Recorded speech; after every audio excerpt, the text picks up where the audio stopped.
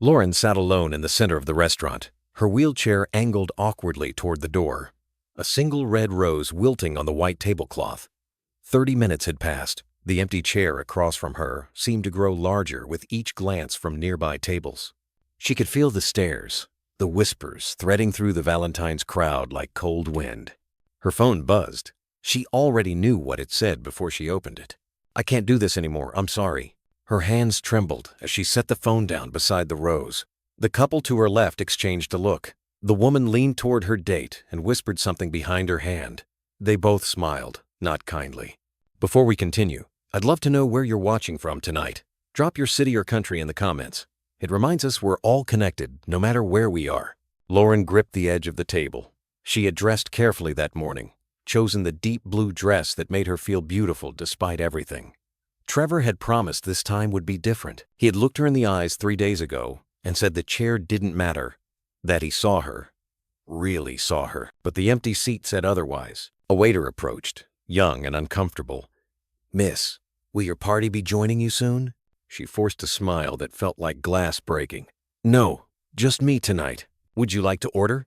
The truth was, she'd already spent too much just getting here. The accessible taxi alone had eaten into her grocery budget. But the idea of rolling out now, alone, past all these couples leaning into candlelight, felt impossible. "Just water for now." He nodded and retreated, relief visible in his shoulders. At the table directly beside her, a man sat with a little girl who couldn't have been older than 7. The child wore a pink dress with a crooked bow, and she was coloring on the paper tablecloth with crayons the restaurant provided. The man, probably late 30s, watched her with tired eyes that still managed warmth. "Daddy, do you think Mommy's watching us?" the girl asked suddenly. The man's expression shifted, something raw passing across his face before he smoothed it away. "I think so, sweetheart. I think she'd be really happy we're having our special dinner." "Even without her?" "Especially without her, because it means we're still trying." Lauren looked away, feeling like she'd witnessed something private. Her chest tightened. She reached for her phone again, opened the message thread with Trevor. 3 months of messages. 3 months of believing someone finally understood that her wheelchair was just metal and rubber, not who she was. She'd been wrong before. After the accident 2 years ago, her fiancé had stayed exactly 6 weeks before admitting he couldn't handle it. Her college friends had slowly stopped inviting her out. The steps and crowded bars suddenly insurmountable obstacles they didn't want to navigate. But Trevor had seemed different. He'd asked about her physical therapy, learned how to fold her chair, held her hand in public without that tight embarrassment she'd felt from others. Until tonight, the little girl at the next table dropped a crayon. It rolled across the floor and stopped near Lauren's wheel. Before Lauren could reach for it, the child scrambled down from her seat and retrieved it, then looked up at Lauren with curious, dark eyes. "Hi, I'm Sophie." "Hi, Sophie. I'm Lauren." "That's a pretty name. Why are you eating alone?" "Sophie," her father said quietly, "remember what we talked about." "But Daddy, you said Valentine's Day is for showing people they're not alone." The man met Lauren's eyes across the small distance between tables. "I'm sorry." "It's okay," Lauren said, though her voice came out thinner than she intended. Sophie climbed back into her seat but continued watching Lauren with that unself-conscious intensity only children possess. "Do you want to color with us?" "Sophie, let the lady have her dinner." "But she doesn't have dinner. She just has water." The man's face colored slightly. He glanced at Lauren, then at the empty chair across from her, and something in his expression changed. Recognition, maybe, or just the simple math of the situation. What he did next would shift the entire trajectory of the evening, though neither of them knew it yet. The waiter returned to Lauren's table. This time, his discomfort had hardened into something colder. "Miss, I'm going to need to ask if you're planning to order. We have a waiting list tonight." Lauren felt heat rise in her face. She could see the manager now, a thin woman in black, watching from near the kitchen. The message was clear. One person at a table for 2 on the busiest night of the year wasn't acceptable, especially not someone who looked like she might cry into her water glass. "I'm waiting for someone," she lied. The waiter's smile didn't reach his eyes. "Of course. But if they're not here in the next 10 minutes, I'll have to ask you to settle your bill." A bill for water. The humiliation of it settled over her shoulders like a weight. "Understood," she whispered. As the waiter walked away, Lauren heard the woman at the table behind her, the one who'd whispered earlier, speak to her date. Can you imagine getting stood up on Valentine's Day? Maybe if she wasn't in that chair, she'd have better luck. The words landed like a slap. Lauren's fingers found the wheels of her chair. She could leave now, preserve what remained of her dignity, but something in her refused. She'd fought too hard for too long to let strangers decide her worth. After the accident, when the doctor said she might never regain feeling below her waist, she'd learned to transfer herself, to drive again, to rebuild a life that looked nothing like the one she'd planned. And she'd promised herself she wouldn't hide. But promises felt fragile when you were surrounded by couples sharing tiramisu, when your phone stayed silent, when even the restaurant staff looked at you like a problem to be solved. Sophie was still watching her. The little girl had stopped coloring and was simply staring with an expression, too, knowing for 7 years old. "Daddy," she said, not quietly enough, "that lady looks sad like you did on Mommy's birthday." The man, whose name Lauren didn't know, closed his eyes briefly. When he opened them, he looked at his daughter, then at Lauren, then at the empty tables around them. His jaw tightened as if making a decision. He stood. Lauren's breath caught.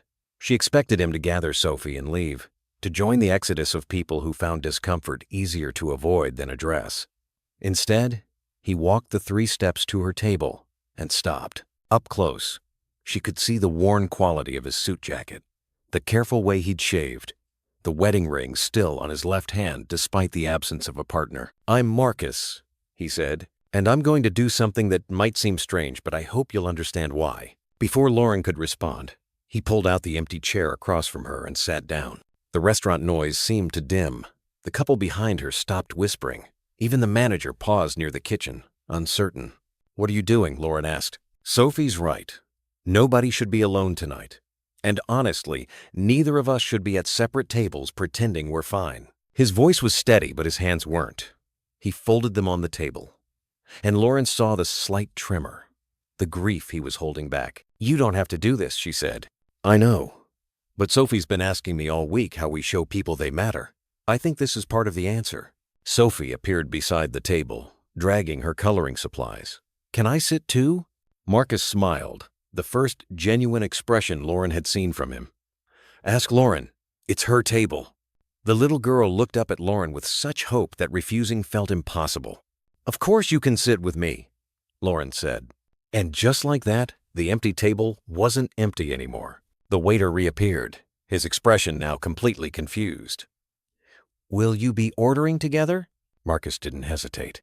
"Yes, we'll need a few minutes to look at the menu."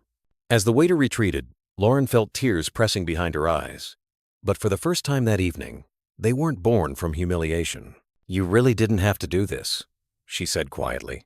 "My wife died 8 months ago," Marcus said, his voice low enough that Sophie, now absorbed in her coloring, couldn't hear.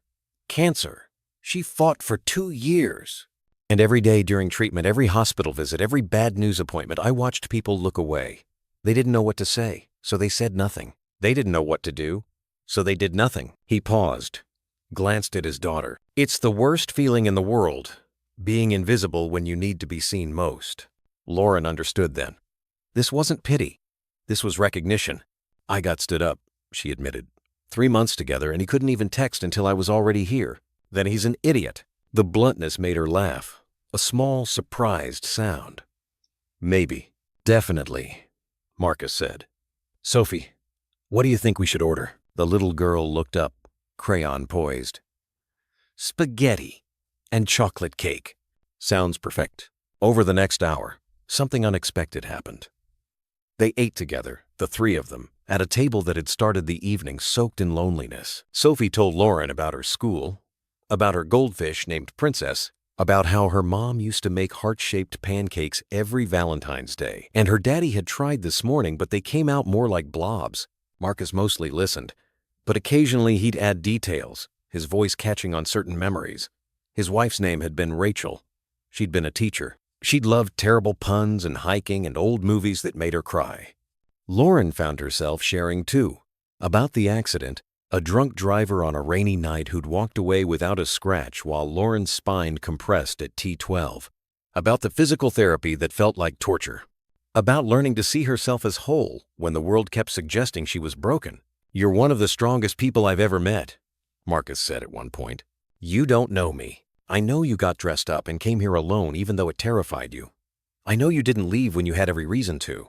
That's not nothing." The couple behind them had left.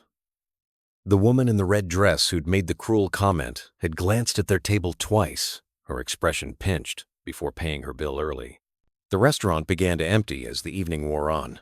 Sophie's head drooped against her father's shoulder. Colored pages scattered across the table. The waiter, the same one who tried to push Lauren out, approached with the check. He set it near Marcus without a word. Marcus reached for his wallet, but Lauren stopped him. "Let me pay my share." "Absolutely not. Marcus, you've already done more than anyone should expect. This isn't about expectation. Sophie and I needed this dinner as much as you did. Maybe more." He pulled out his card, and Lauren saw the way he checked the total twice, the slight tension in his shoulders. The meal hadn't been cheap. She suspected he'd stretched his budget to make Sophie's Valentine's Day special, to honor Rachel's memory, and now he was covering a stranger's dinner too. She wanted to argue, but something in his expression told her this mattered to him in ways she didn't fully understand yet. The waiter processed the payment and left. The restaurant was nearly empty now, just a few lingering tables, the staff beginning to clean. "Thank you," Lauren said, "for seeing me. Thank you for letting us join you." Sophie stirred, blinked sleepily. "Is it time to go?" "Yeah, sweetheart. Time to go." As Marcus stood and helped Sophie into her coat, Lauren felt the approaching end of the evening like a loss. This strange, unexpected gift of connection was about to dissolve back into ordinary loneliness. But Marcus paused before gathering Sophie's things. "Can I ask you something?" he said. "Of course. What do you do?" "For work, I mean. I'm a graphic designer. Freelance mostly since the accident. I work from home." His expression shifted, something calculating entering his tired eyes.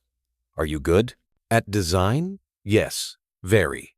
My wife and I ran a small nonprofit. After-school programs for kids in underserved neighborhoods.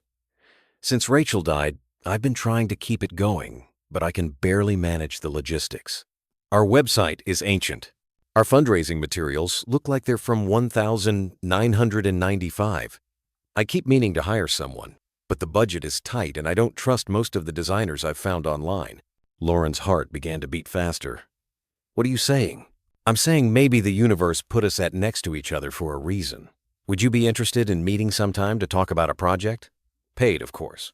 Not much, but something." It wasn't just the offer of work, though Lauren needed that desperately. It was the way he said it, like he genuinely believed she could help, like the wheelchair was simply irrelevant to her capability. "I'd love that," she said. They exchanged numbers. Sophie hugged Lauren goodbye, her small arms fierce and warm. Marcus shook Lauren's hand, and his grip was solid, real, the touch of someone who understood that kindness was sometimes the only bridge across grief. After they left, Lauren sat alone at the table again, but it felt different now. The rose had wilted completely, but she no longer needed it. Her phone buzzed. A new message, but not from Trevor. Marcus had texted, "Thank you for tonight." Sophie hasn't smiled like that in months. Neither have I. Lauren wheeled herself toward the exit. The manager, the same woman who'd watched her with cold assessment earlier, approached. "Miss, I wanted to apologize," she said. "My staff was rude to you tonight. That shouldn't have happened." Lauren could have accepted the apology simply, gratefully. But something had shifted in her, a spine that had nothing to do with vertebrae.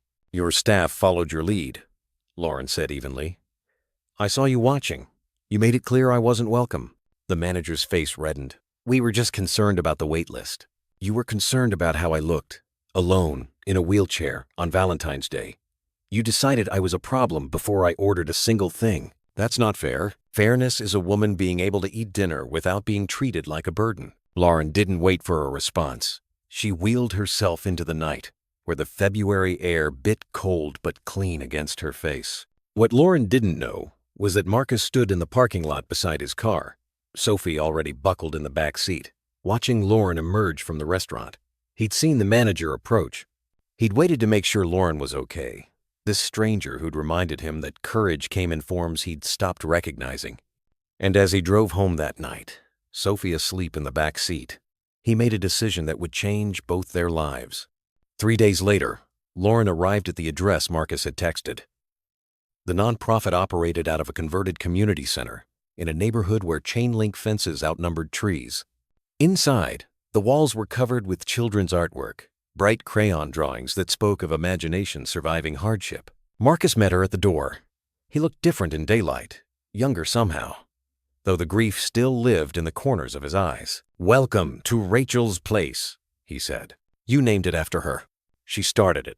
15 years ago, just her and 3 kids meeting in a library basement. Now we serve almost 200 children a week. Tutoring, meals, art programs, a safe place to exist." He showed Lauren around. The computer lab with machines that were outdated but functional. The kitchen where volunteers prepared snacks. The reading room filled with donated books, their spines cracked from love. "It's incredible," Lauren said. "It's falling apart," Marcus corrected gently. "Our funding is inconsistent. Half our donors stopped giving after Rachel died. They believed in her, not the mission. I'm trying to prove them wrong, but I'm a social worker, not a businessman.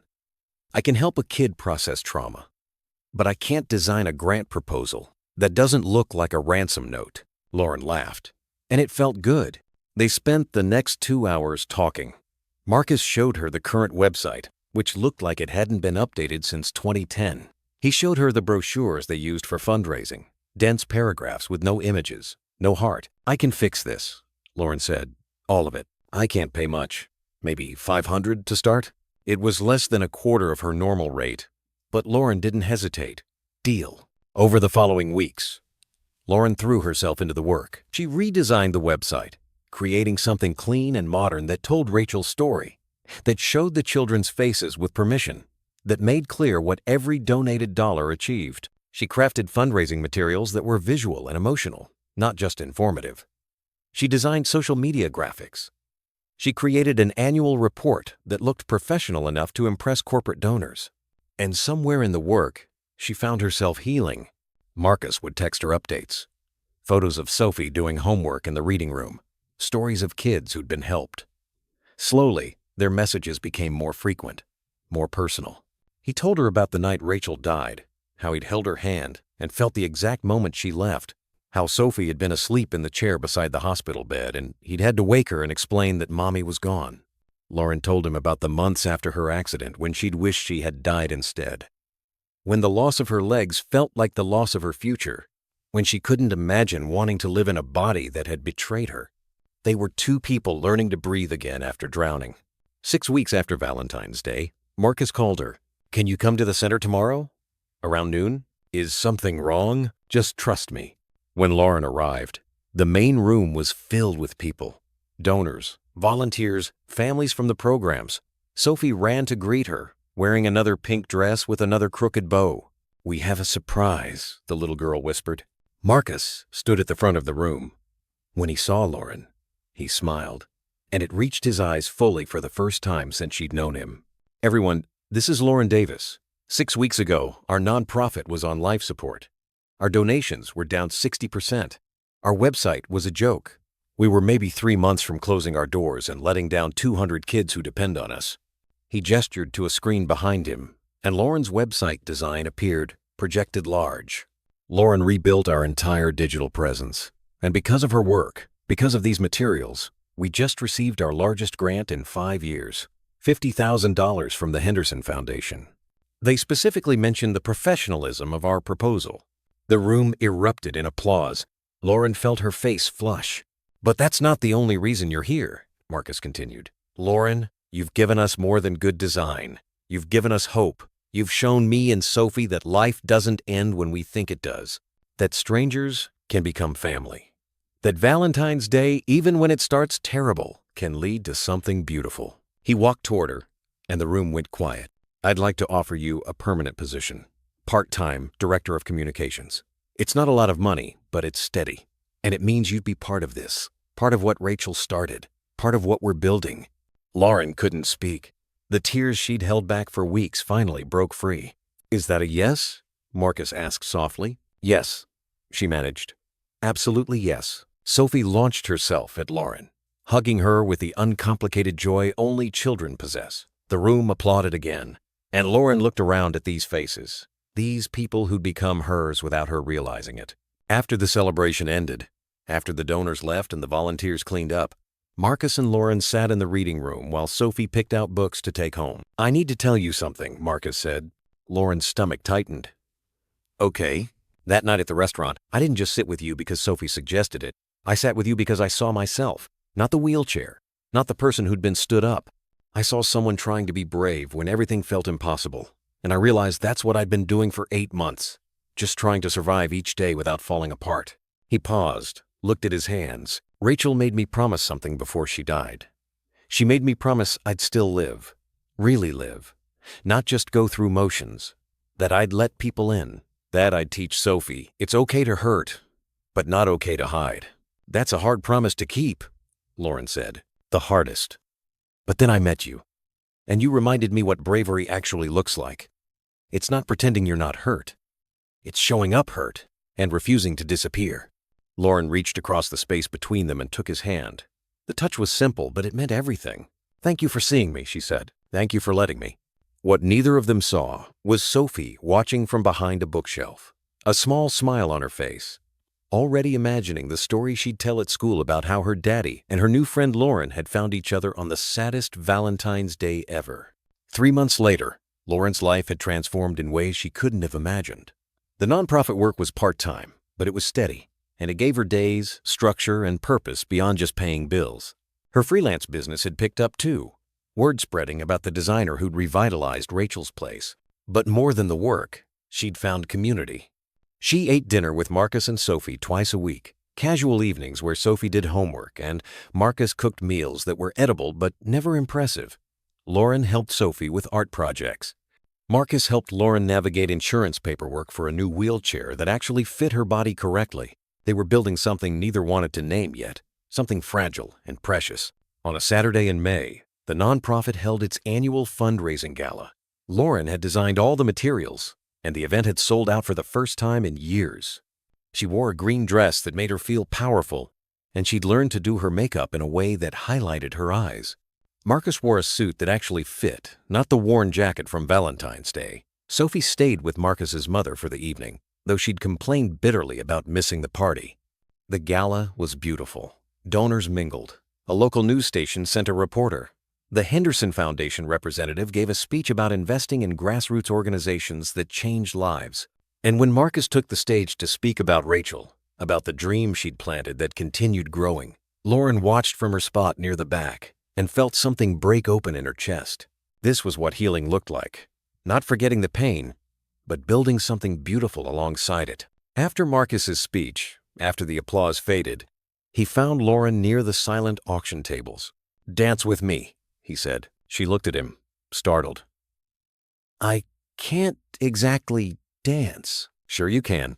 Trust me." He took her hand and wheeled her toward the small dance floor, where a few couples swayed to soft music. Then, instead of standing awkwardly beside her, he knelt, bringing himself to her eye level, and took both her hands in his. They moved like that, not traditional dancing, but something entirely their own.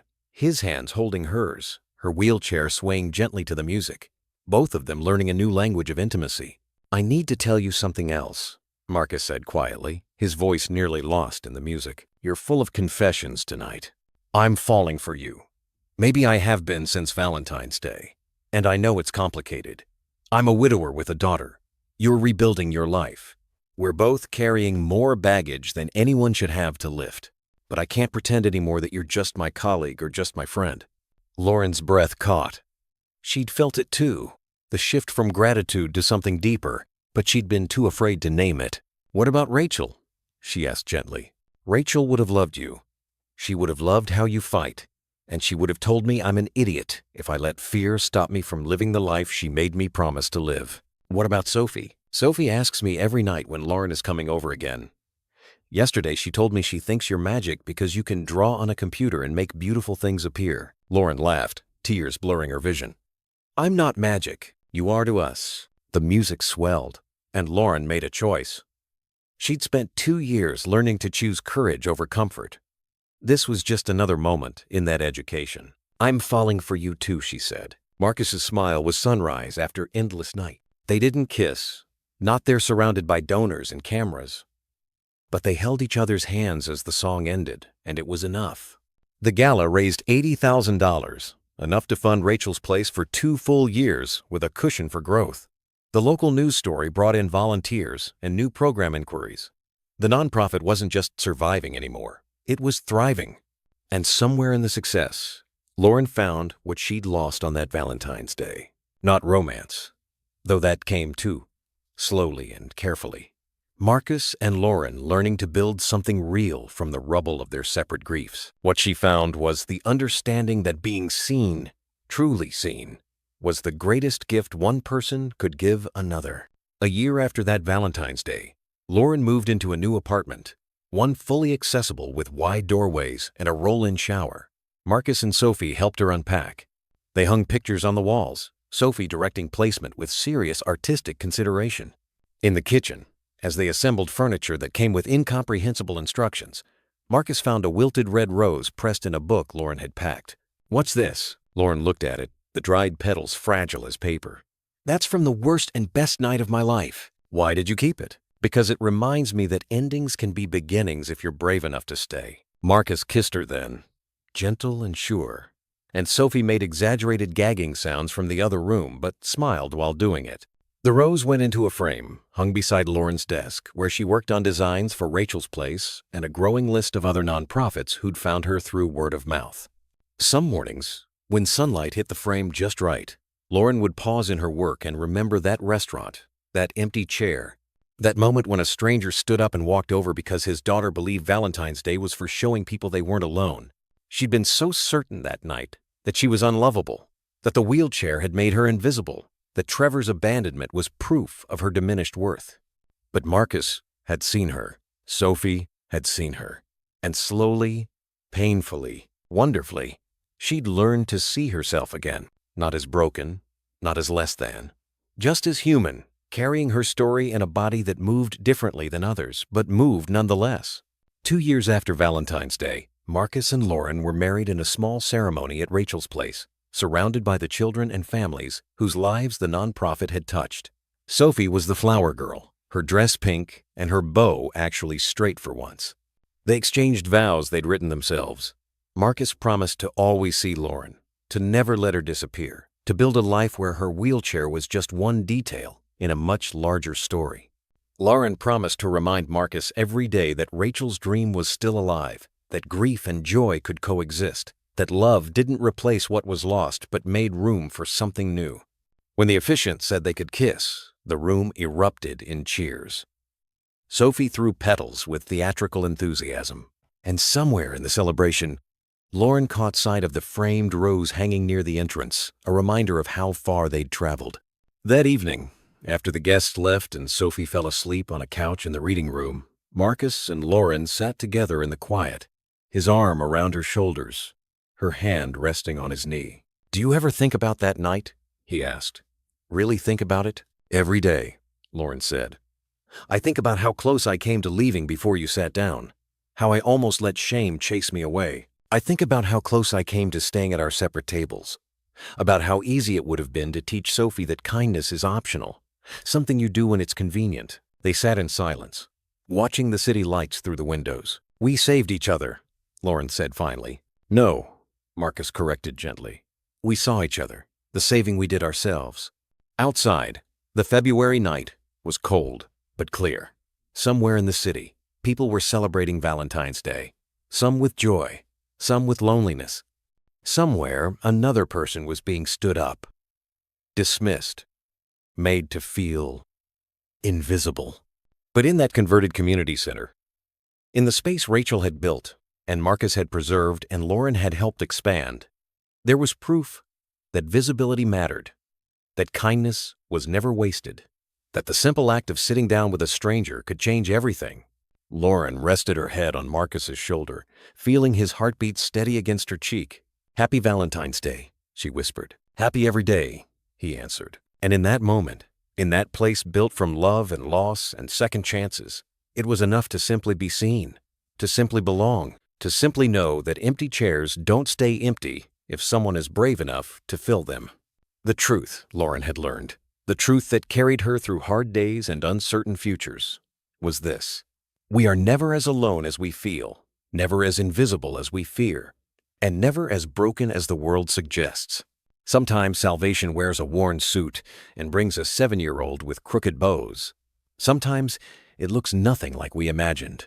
But it comes, if we're brave enough to stay at the table.